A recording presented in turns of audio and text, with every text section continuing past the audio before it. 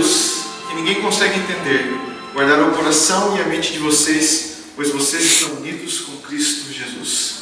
Deus, responde a nossa oração quando estamos ligados em Cristo. Neste momento convido você que se coloque de joelhos para orar ao nosso Deus.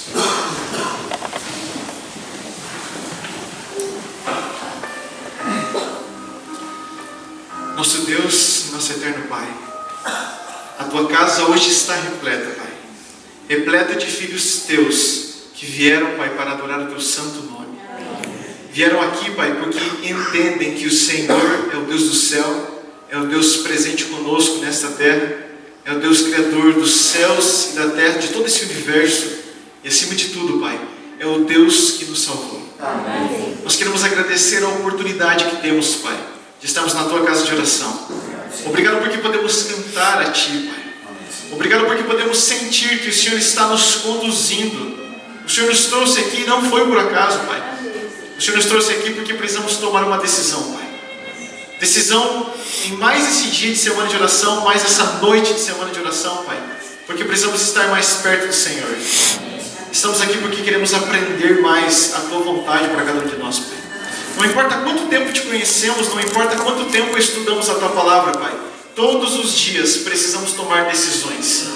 A decisão de estar ao Teu lado, a decisão de estarmos na eternidade. E hoje, Pai, queremos entregar o nosso coração ao Senhor. Queremos entregar 100% da nossa vida ao Deus que entregou o Seu Filho por cada um de nós. Cada filho Teu, Pai, veio com uma ansiedade dentro do seu coração.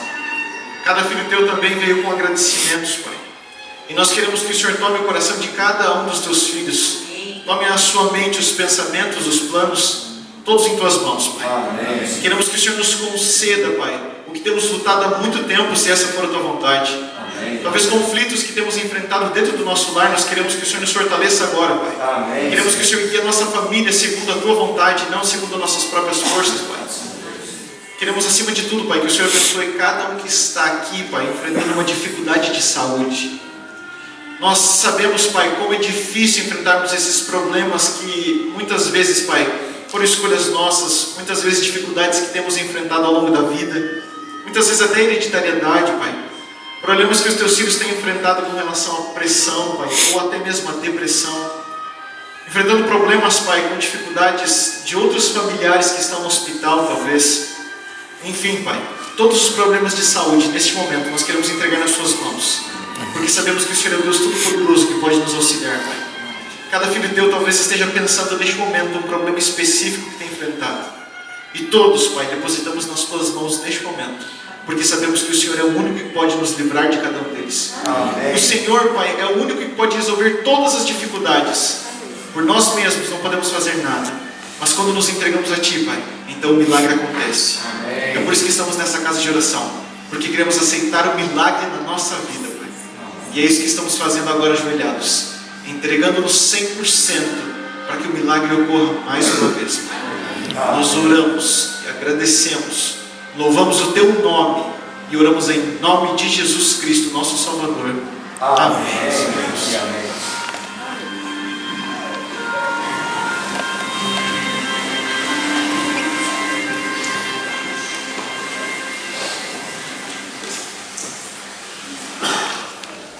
Boa noite. Estamos na metade da semana em que estamos estudando o tema A Única Esperança.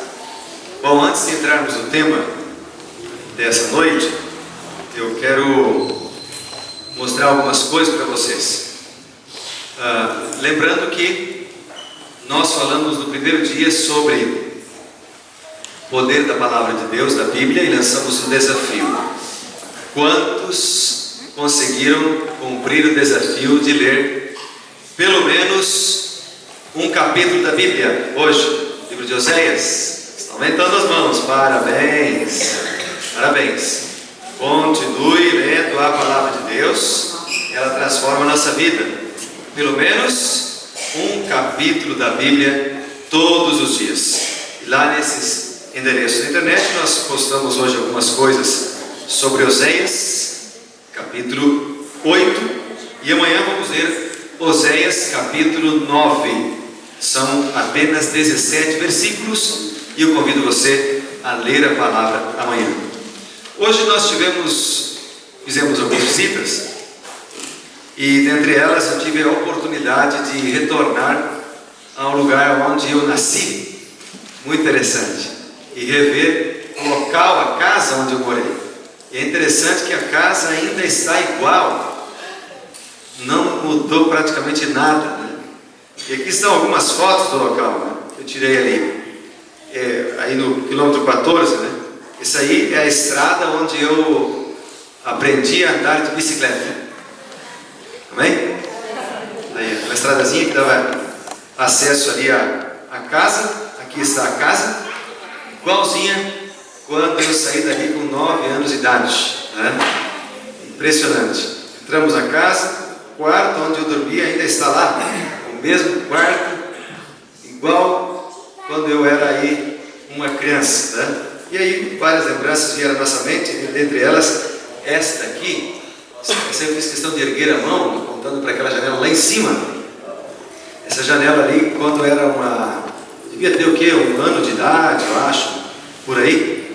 Nessa janela havia ali deixa eu apontar ali, mais ou menos aqui nesse local aqui, havia uma tábua. O pessoal que mora no interior, sabe, se fora da janela eles tinham uma tábua para colocar, secar louça ali, para secar queijo, etc, né?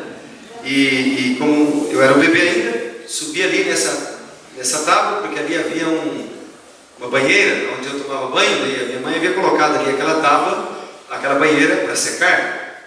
E eu subi, entrei dentro daquela banheira e caí daquela janela até ali embaixo. O interessante é que eu estava dentro da banheira e a banheira caiu antes que eu, virada boca para baixo, e eu caí em cima da banheira, amortecendo a queda, e não aconteceu nada. Agora, como que, em dependência do mais pesado que a banheira, caiu depois, e a banheira caiu antes, ainda com a boca para baixo? Eu creio que o anjo do Senhor esteve ali. Sim ou não? Não há uma explicação humana, né? E aí, pude lembrar dessa história que eu, na verdade, não lembrava, né? Mas meus pais é quem contavam para mim. E aí está um chiqueirão de porcos, onde eu trabalhava quando eu era criança, limpando as coisinhas que os porcos faziam, né? E aqui uma trilhadeira. Alguém aqui já mexeu com isso aqui? Trilhadeira? Quase todo mundo, né? E eu, quando era criança, eu ajudava a trilhar milho do pai, né? O pai colhia os milhos aí e a gente ajudava a trilhar milho, né? Então foi um dia interessante poder relembrar. Não é todo mundo que pode voltar no mesmo local onde nasceu e as coisas estarem ali praticamente como um museu guardadas. É algo muito interessante, realmente. E o pastor João, o pastor Felipe me acompanharam nessa viagem, né? Bom, ontem também eu falei para vocês que eu ia trazer aqui o nome do camarada que falou sobre sonhos. E esse camarada aqui, ó, John Goddard. Ele nasceu em 1924 e morreu ano passado, 2013. John Goddard tinha um lema: ousar é fazer, ter medo é falhar. Ousar é fazer. E eu falei para você que ele teve vários sonhos. Aqui estão alguns dos sonhos do John Goddard: explorar 10 cavernas, escalar 17 montanhas, fazer uma faculdade de medicina, aprender a pilotar avião, fazer a viagem de Marco Polo, ler toda a Bíblia, aprender a tocar violino e flauta, viajar em um submarino, ler toda a enciclopédia britânica e ler as obras de Shakespeare, Platão e Aristóteles. São alguns dos sonhos que ele arrolou. E a história conta que, ao todo, John alcançou 109 dos 127 alvos que ele estabeleceu. Por isso, vale a pena escrever os sonhos, orar por eles e lutar por eles. Amém? Alguém escreveu os sonhos de ontem para hoje? Não, deixa eu ver. Opa, hoje vários escreveram, hein? Maravilha, parabéns. Alguns não escreveram. Escreva os seus sonhos. Não é esse o nosso tema dessa semana, mas eu quero orar por eles. Amém? Então, no final, deixa eu me lembrar aí, nós vamos orar por esses sonhos, por vocês que ergueram as mãos agora, ok? Vamos orar por vocês. Vamos orar também por alguém que tem esse cartão. Tem alguém que pegou esse cartão hoje pela primeira vez aqui? Pegou esse cartãozinho? Maravilha, sejam bem-vindos. Escreva aqui, se você quer que a gente ore por um desses itens que estão nesse cartão. Coloque um X aqui, coloque o seu nome, e então depois, no final, nós vamos orar por vocês, tá bom? Coloque aí para esse momento de oração especial que teremos no final. Nós estamos na metade da semana, especificamente na metade. Até ontem nós falamos, se você percebeu, sobre o plano da salvação. Nós estudamos sobre a palavra de Deus, a Bíblia, e o poder da Bíblia na vida daquele que lê a Bíblia, né?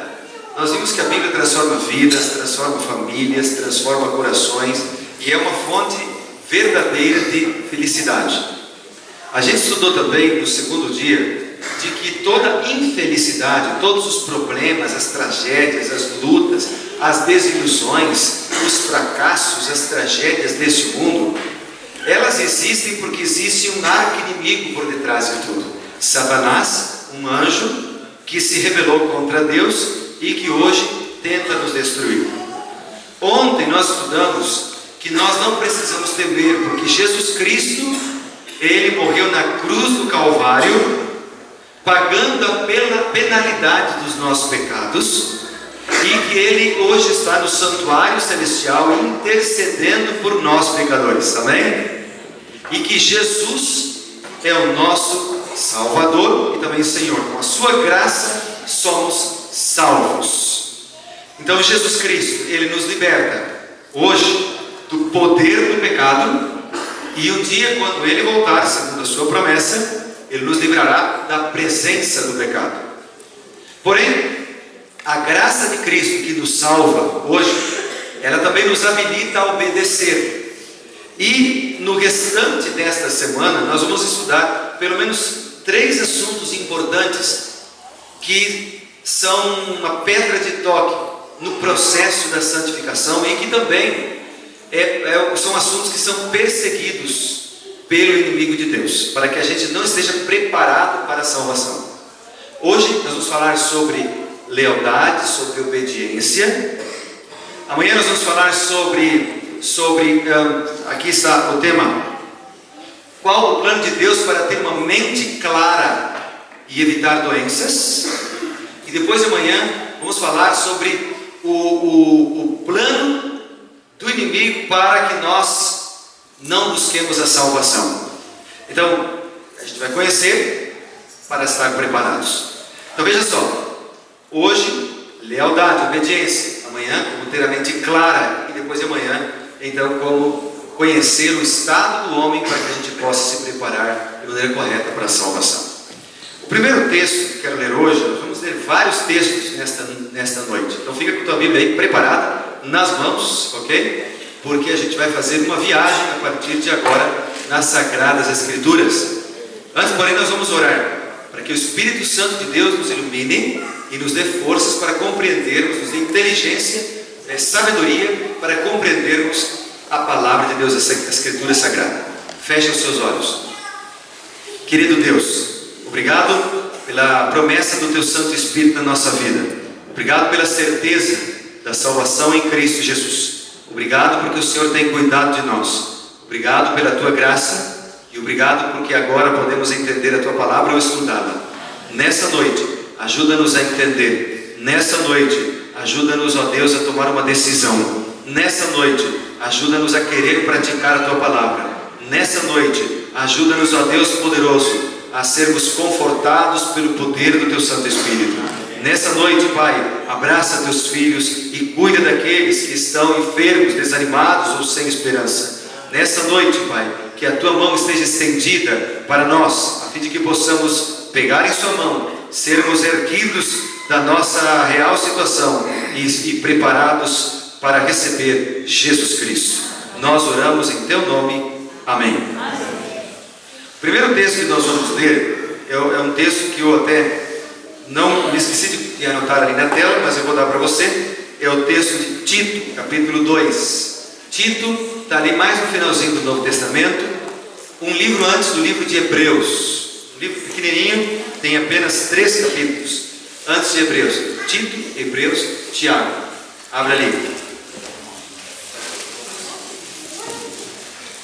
Livro de Tito. Nós vamos ler o capítulo 2 primeiro. Diz ali, ó. Tito, capítulo 2. Porquanto, verso 11. Capítulo 2, verso 11. Porquanto a graça de Deus se manifestou salvadora a todos os homens. Amém? Ontem nós estudamos que a graça de Cristo nos salva, que Jesus Cristo morreu em nosso lugar, que Ele nos liberta dos pecados, que Ele nos redime de nós mesmos, que Ele nos salva. Então a graça de Cristo se manifestou salvadora a todos os homens. Mas algumas pessoas dizem assim: eu não preciso ser leal, eu não preciso ser obediente, porque eu estou debaixo da graça. E se eu estou debaixo da graça, eu não preciso mais obedecer, eu não preciso mais ser fiel, porque a graça me salva, a graça me cobre. Eu quero dizer uma coisa para você: a graça de Cristo, ela é tudo na vida. A graça de Cristo nos perdoa, a graça de Cristo nos transforma, a graça de Cristo muda o ser humano. A graça de Cristo é um favor imerecido de Deus. Nós pecamos e não merecemos, nosso salário deveria ser a morte, mas Deus em troca não nos dá a morte, Ele nos dá a vida eterna. O dom gratuito de Deus é a vida eterna em Cristo Jesus. Amém? Mas a graça, ela não é uma graça barata. A graça nos capacita para servir, a graça nos impulsiona a ação, a graça nos mobiliza e nos dá forças para obedecer. Por isso o versículo 12 diz que a graça nos educa para que, renegada a impiedade e as paixões mundanas, vivamos no presente século de maneira sensata, de maneira justa, de maneira piedosa, aguardando a bendita esperança e a manifestação da glória do grande Deus e Salvador Jesus Cristo. Amém? Então a graça nos habilita, nos educa a abandonar as paixões mundanas, a abandonar a impiedade e a viver de maneira sensata, justa e piedosamente. A graça nos habilita a obedecer, a graça nos habilita a sermos leais. Amém? Essa é a relação da graça com a obediência. Essa é a relação. Somos salvos não pela obediência, nem pelos nossos próprios esforços, mas somos salvos pela graça de Cristo Jesus. Hoje nós vamos falar sobre a lei na Bíblia, a lei de Deus. Por isso é importante começar com essa ênfase aqui, com essa ênfase da graça. Por quê? Porque a lei de Deus, ela deve ser apenas um reflexo da nossa salvação em Cristo Jesus. A lei de Deus, ela é chamada no Novo Testamento, ela é considerada no Novo Testamento como um espelho. Um espelho. Por quê? Porque o espelho, ele nos mostra quem nós somos, a nossa verdadeira condição e aonde precisa ser limpo. Porém, ele não nos limpa. O espelho apenas nos mostra a condição em que nós nos encontramos. E é isso que diz Paulo lá em Romanos, no capítulo 7, quando ele diz o seguinte. Paulo, em Romanos, no capítulo 7, vai abrindo aí sua Bíblia aí, porque a gente vai ler vários textos hoje à noite. Romanos, capítulo 7, diz o seguinte, capítulo 7, versos 7 e 12. O que diremos, pois? Paulo pergunta, né? É a lei pecado? E ele responde, o que ele responde? De modo nenhum. Mas eu não teria conhecido o pecado se não fosse por intermédio de quem? Da lei. Pois eu não teria conhecido a cobiça se a lei não dissesse o quê? Não cobiçarás. Portanto, a lei de Deus, ele é um espelho que mostra que eu estou em pecado. Ele é apenas um espelho para mostrar-me a verdadeira condição em que eu estou. Mas que lei? Que lei que me mostra isso? Bom, na Bíblia existem pelo menos 4 tipos de leis distintas. Nós temos as leis civis na Bíblia. Esses textos nós não vamos ler, apenas coloquei aqui para ter título de mostrar para você, mas você pode ler em casa. Se tiver aí a música, nós vamos passar mais rápido. Se tiver um celular, tira uma foto ali, depois você vê os textos. Esses textos falam das leis civis, que são as leis do país Israel. assim como nós temos as leis do Brasil, a lei do Paraguai, a lei da Argentina, a lei dos Estados Unidos, nós temos as leis civis na Bíblia. Nós temos também na Bíblia as leis de saúde, sobre as quais nós vamos estudar um pouquinho mais amanhã. Essas são universais. As leis civis mudam de país para país, porém as leis de saúde, elas são universais, porque o ser humano é o mesmo em todos os países e em todas as épocas. Nós temos também na Bíblia as leis cerimoniais, ou de ordenança, eram as leis que regiam as cerimônias do santuário, que nós estudamos ontem. Todo aquele ritual de sacrifícios, quando deveria se levar um cordeiro, quando não deveria se levar, quando deveria se levar um animal, uma pomba, uma rolinha, o dia da expiação, eram as leis cerimoniais que regiam, ok? E a Bíblia também tem a lei moral, também conhecida como Decálogo, ou também conhecido como os 10 mandamentos. E ali estão alguns dos textos em que podemos encontrar os 10 mandamentos. Ela é chamada moral por causa da sua função. Lembra qual é a sua função? Mostrar o quê? O pecado. Mostrar o pecado. Em que estado nós nos encontramos.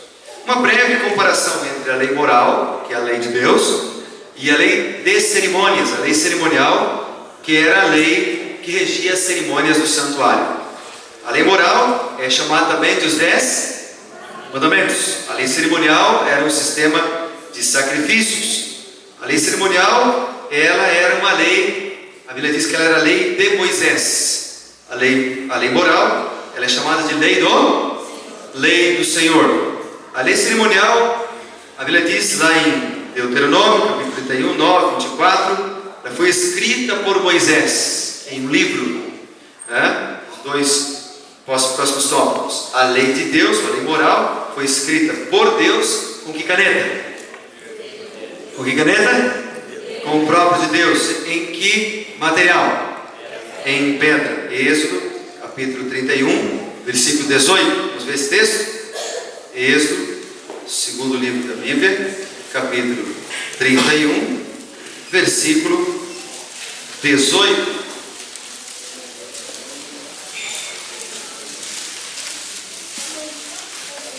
Ali diz o seguinte: e tendo acabado de falar com ele no Monte Sinai, deu a Moisés as 2 tábuas do testemunho, tábuas de pedra, escritas por quem mesmo?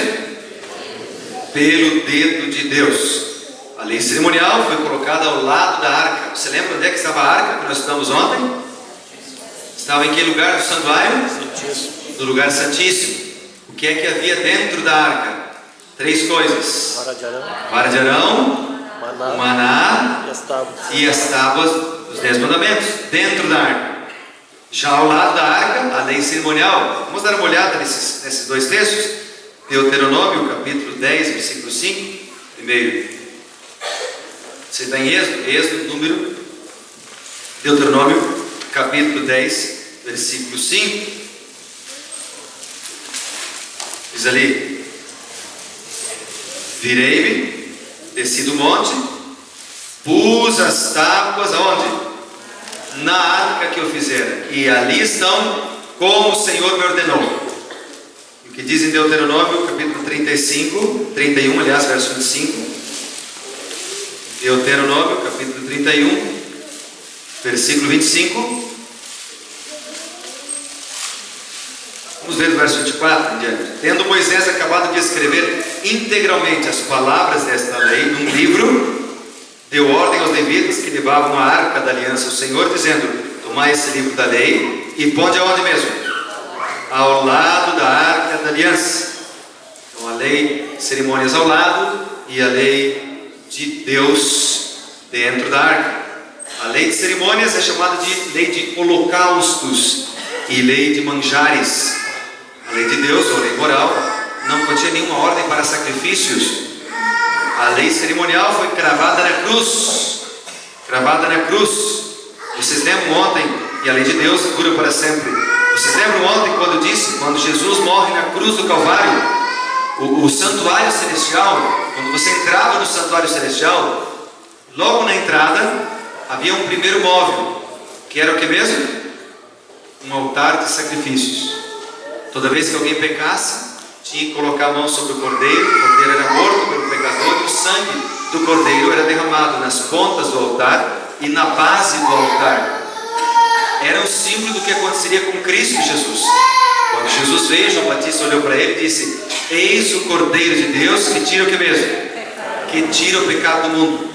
Quando Jesus morre na cruz do Calvário, assim como lá no altar do santuário, o sangue foi derramado nas pontas da cruz e na base da cruz. O sangue foi derramado das mãos de Cristo Jesus, para que Ele pudesse purificar os nossos atos. Foi derramado dos pés de Cristo Jesus, para que Ele pudesse purificar os nossos caminhos.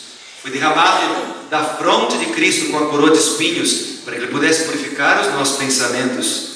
Foi derramado das costas de Cristo, quando Ele é açoitado com açoites, para que Ele pudesse purificar os nossos e ajudar-nos a carregar os nossos fardos.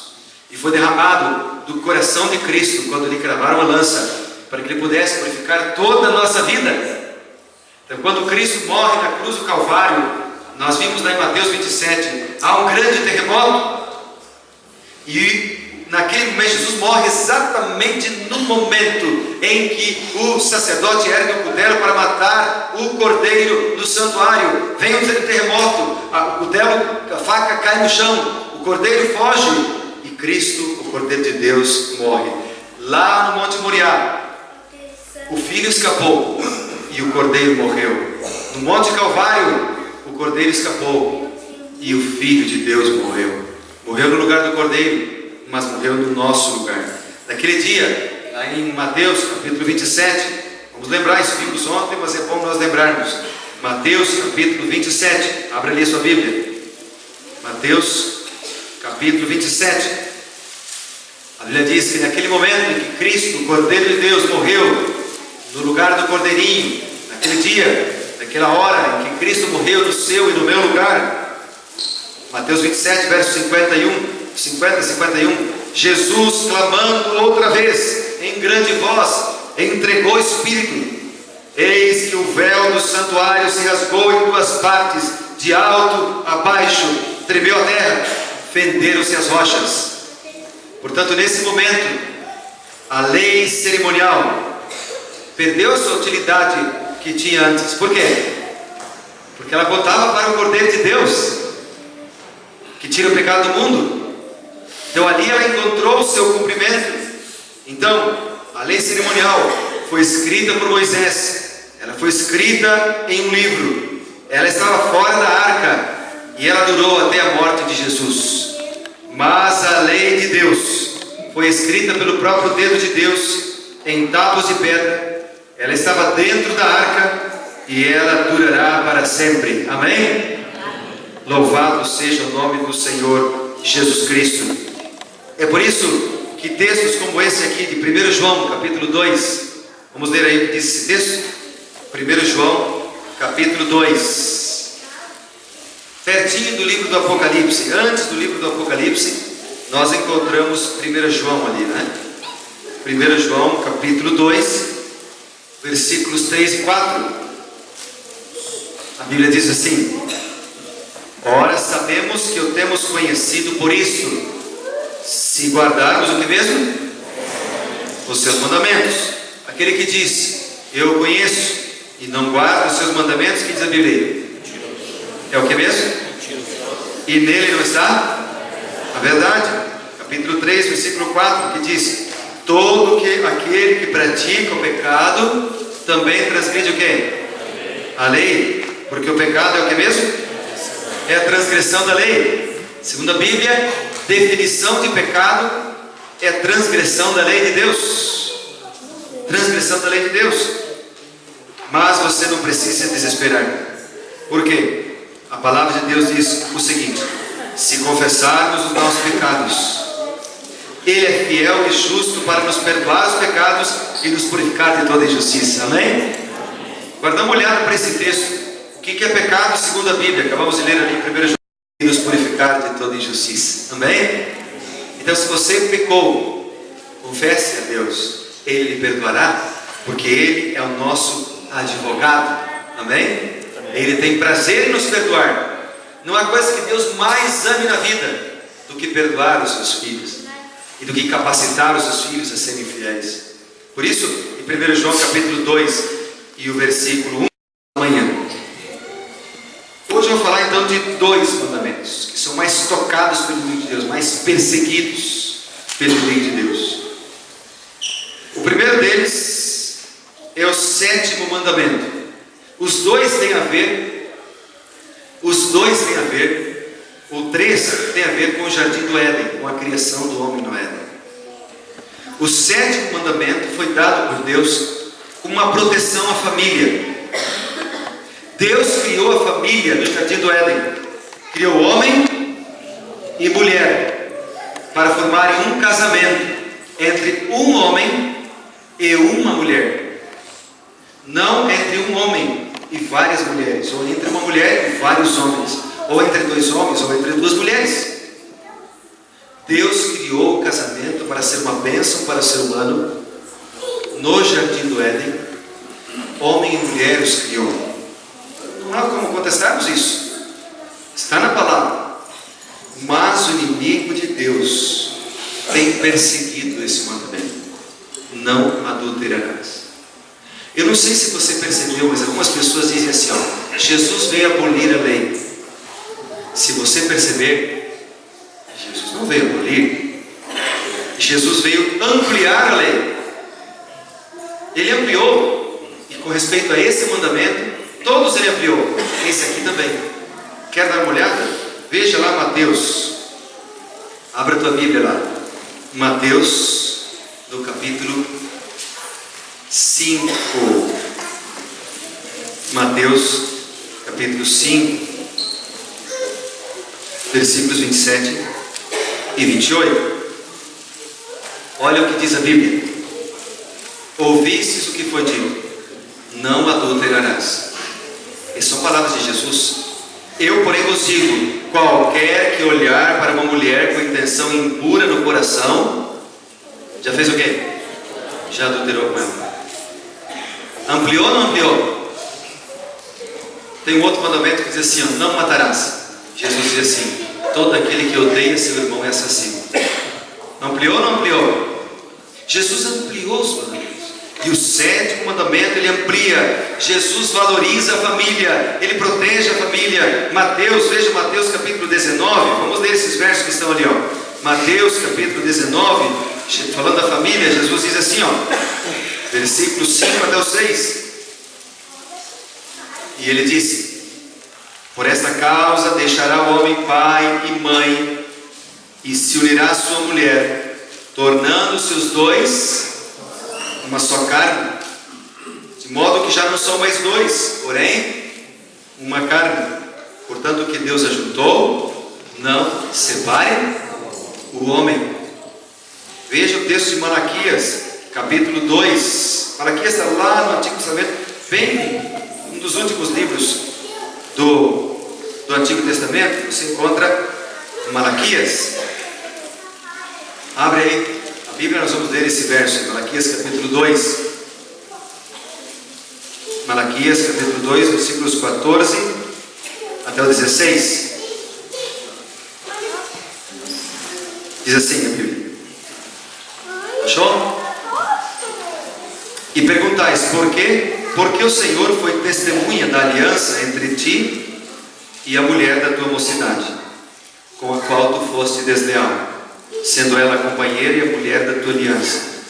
Não fez o Senhor um mesmo, que havendo nele um pouco de espírito, e porque somente um, ele buscava a descendência que prometera. Portanto, cuidai de vós mesmos, e ninguém seja infiel para com a mulher da sua mocidade. Porque o Senhor Deus de Israel diz que odeia o repúdio, odeia o divórcio, e também aquele que cobre de violência suas vestes, diz o Senhor dos exércitos. Portanto, cuide de vós mesmos, e não sejam o que mesmo? Não sejam infiéis. Não sejam infiéis. E o que diz o livro de Hebreus, capítulo 13, versículo 4. Hebreus capítulo 13, versículo 4. Abra a Bíblia aí, vai comigo. Você vai dizer que o pastor Evandro está falando. Você tem que ler a Bíblia. Abra a Bíblia, Hebreus capítulo 13, verso 4. Diz assim a palavra: digno de honra entre todos, seja o que mesmo? Matrimônio, bem como o leito sem mácula, porque Deus julgará os impuros e os adúlteros. A palavra leito sem mácula no original grego é a palavra koite, que deu origem à palavra koitu em latim, que deu origem à palavra coito em português, e que significa relações sexuais. O que a Bíblia está dizendo aqui: digno de honra entre tudo, seja o casamento, bem como as suas relações sexuais. As relações sexuais praticadas no contexto do matrimônio e do casamento são dignas de honra, são abençoadas por Deus, trazem felicidade, unem o casal, e é um momento em que homem e mulher estão reproduzindo a imagem de Deus, no sentido de que é o único momento em que podemos gerar alguém à nossa imagem e à nossa semelhança.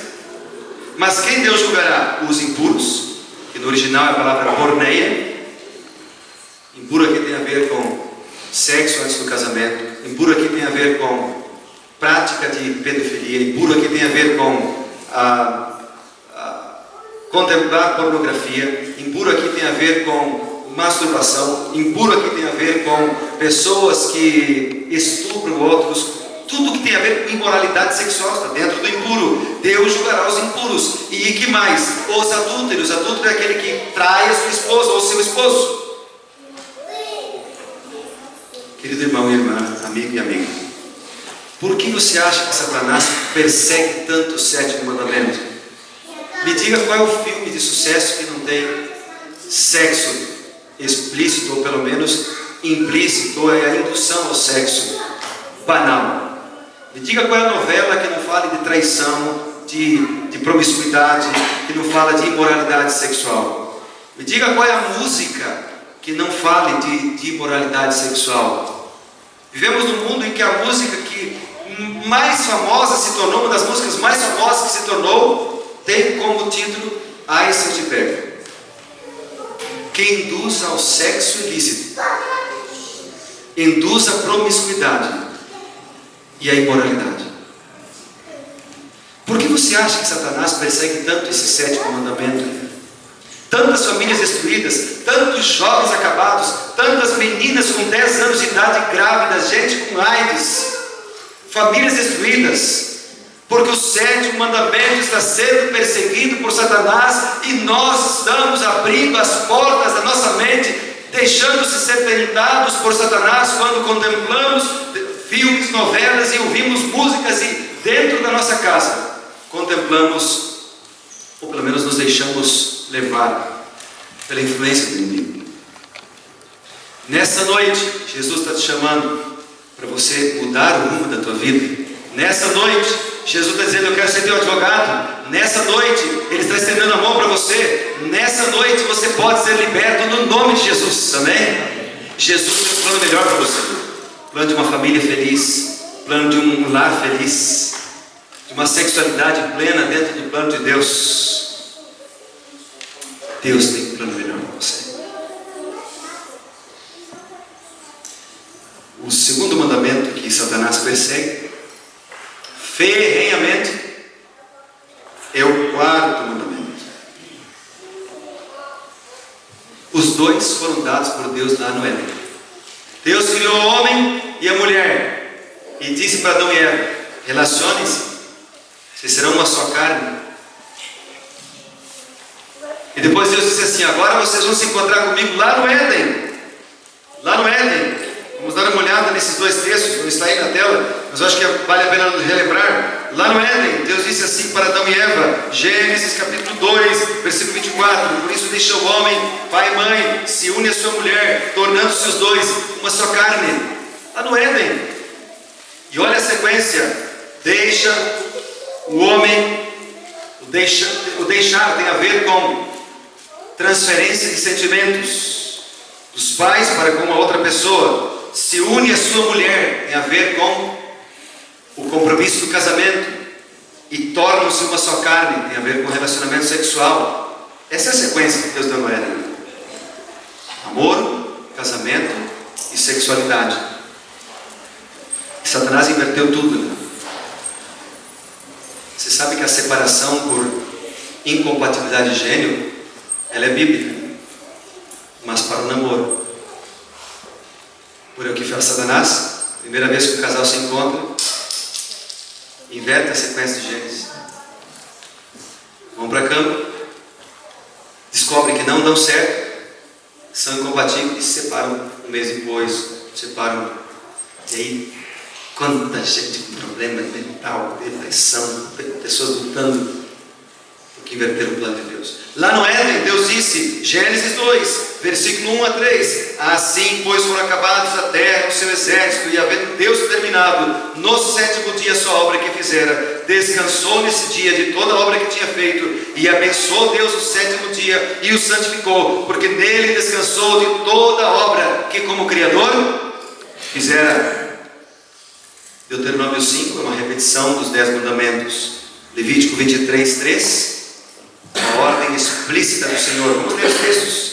Levíticos 23, versículo 3, diz ali assim, 23, versículo 3: 6 dias trabalharás, mas o sétimo dia é o sábado do descanso solene, santa convocação, nenhuma obra fareis, é o sábado do Senhor em todas as vossas moradas.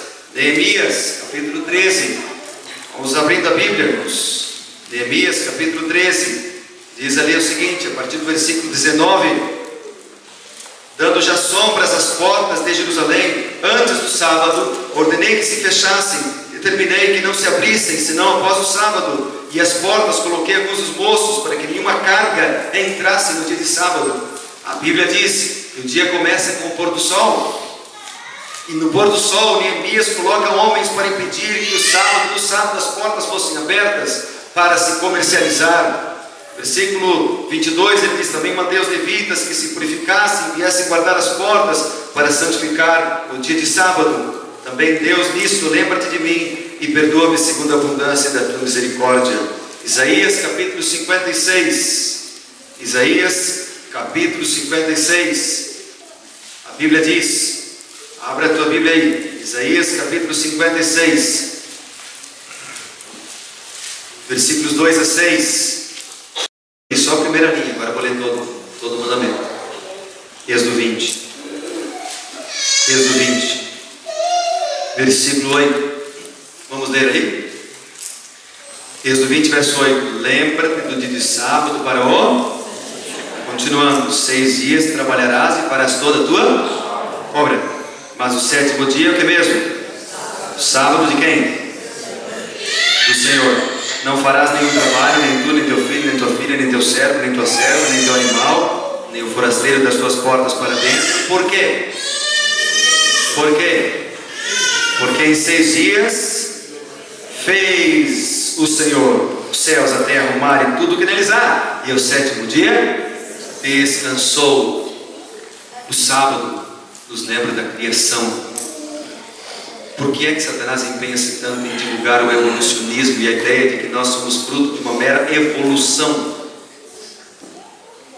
Porque o evolucionismo destrói o criacionismo, destrói o sábado. O sábado é uma lembrança de que Deus é o Criador dos céus e da terra, amém?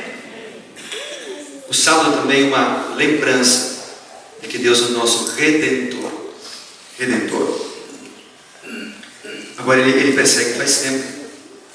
Ele começou na época do Império Romano, quando o Império Romano era governado por 4 governadores: Constante, Galério, Diocleciano e Constantino. Se alguém está querendo botar o nome no filho, aí tem algumas opções, né?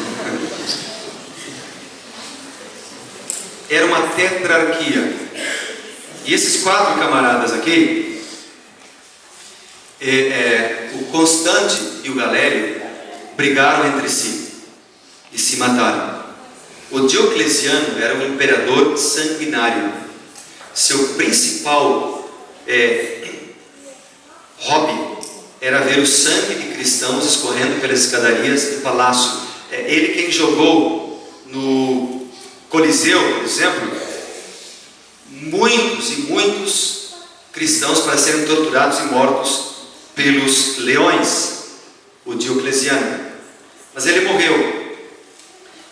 Só que enquanto ele estava vivo, o Constantino percebeu que quanto mais matavam-se cristãos, mais cristãos surgiam. Mais cristãos surgiam. Então, quando Constantino ele assumiu o poder, ele pensou assim: não adianta eu perseguir os cristãos. E ele começou a estabelecer uma série de medidas políticas para vencer os cristãos. E utilizou aquela artimanha: se não puder vencê-los, una-se a eles. Então ele começou agora a espalhar por todo o império de que ele agora havia se convertido ao cristianismo. Começou a estabelecer algumas medidas, dentre elas pagar um dinheiro alto para os pagãos que quisessem vir do paganismo e se tornarem cristãos, sem passar pelo processo de conversão, trazendo assim para dentro do cristianismo os seus costumes, entre eles a adoração ao Deus Sol. Constantino, no dia 7 de março do ano 321, movido pelo espírito do inimigo de Deus, estabeleceu um decreto que dizia o seguinte: que os juízes e o povo das cidades, bem como os comerciantes, repousem no venerável dia do sol.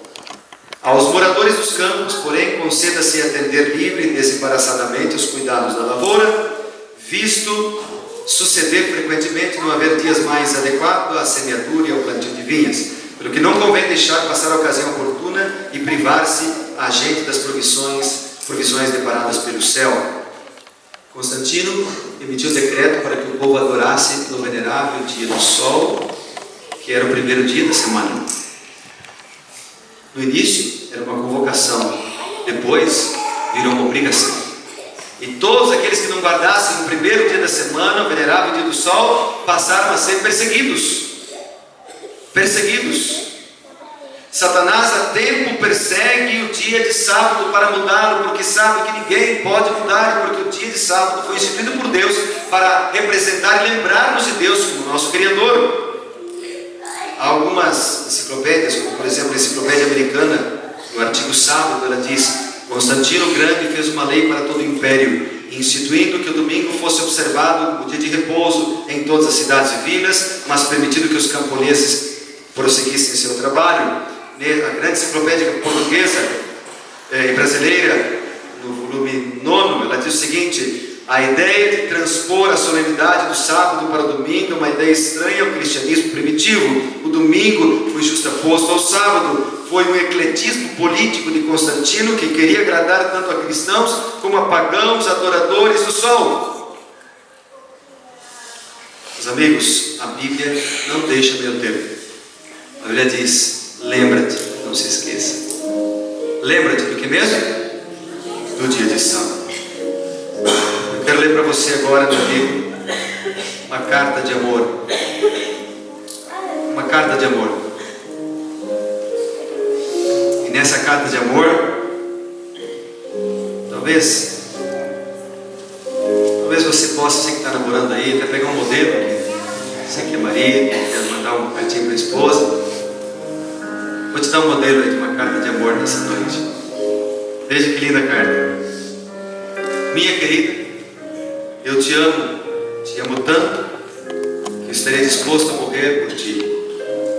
Alegremente sofreria maior angústia para somente passar um momento junto a ti. Eu nadaria em mares infestados de tubarões só para estar ao teu lado. Atravessaria florestas habitadas por animais selvagens só para te visitar. Nada pode ser mais importante do que estar perto de ti. Eu sou teu querido e devotado amor. Observação: amanhã te visitarei se não chover. Que coisa! Estava indo frase, ele estraga tudo. Eu coloquei essa carta porque ela é cômica, né? Mas ela retrata uma realidade. Jesus olha para a gente e ele diz assim, ó: se me amais, guardareis o que mesmo? Os meus mandamentos. E alguns dizem: eu te amo, Jesus. Eu te amo, Jesus. Jesus, então guarda os mandamentos. Não, isso não. Você não diz que me ama? Guarda meus mandamentos. Então são 9, só 6. Queridos, Jesus, nosso advogado, Ele não pede nada que Ele não vai nos ajudar a fazer. Que tal confiar nele e dizer: eu quero ser fiel? Amém? Carlos foi para a igreja e ele queria ser mal recebido na igreja. Era o batismo dos seus pais. O batismo dos seus pais. Mas como eu disse, ele estava bravo com a decisão dos seus pais, indignado, e ele botou a pior roupa, vestiu-se da pior forma possível e foi para a igreja. Porque ele queria ser mal recebido, queria que as pessoas olhassem ele de baixo de cima e tal. E então ele teria uma razão para não voltar mais.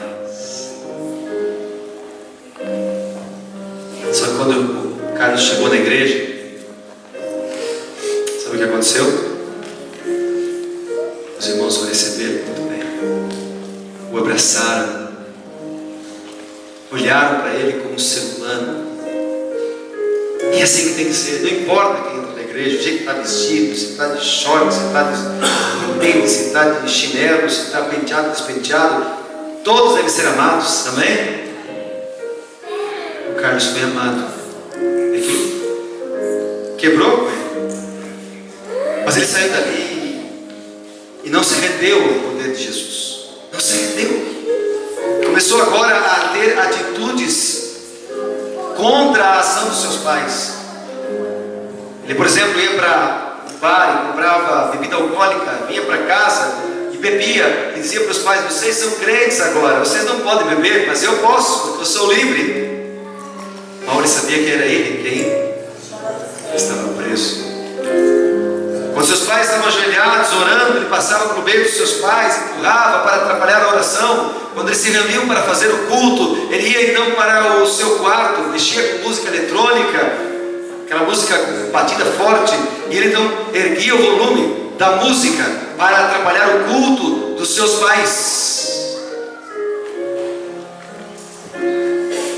E os seus pais começaram a orar pelo menino, interceder por ele. Senhor, muda o nosso filho. Senhor, o nosso filho passe a ver a beleza da tua graça, seja transformado por tua graça e passe a ser um menino fiel, obediente. Senhor, trabalha na vida dele. Nós precisamos orar pelos nossos filhos. Aqueles pais começaram a orar pelo filho, mas parece que não adiantava. Quanto mais oravam, mais distante aquele menino estava e mais rebelde ficava. Um dia aquele menino foi à casa do pastor para brigar com o pastor, mas o Espírito Santo de Deus deu à sua mãe uma ideia de um presente que ela deveria pedir para ele. E ela pensou: se eu pedisse presente para ele,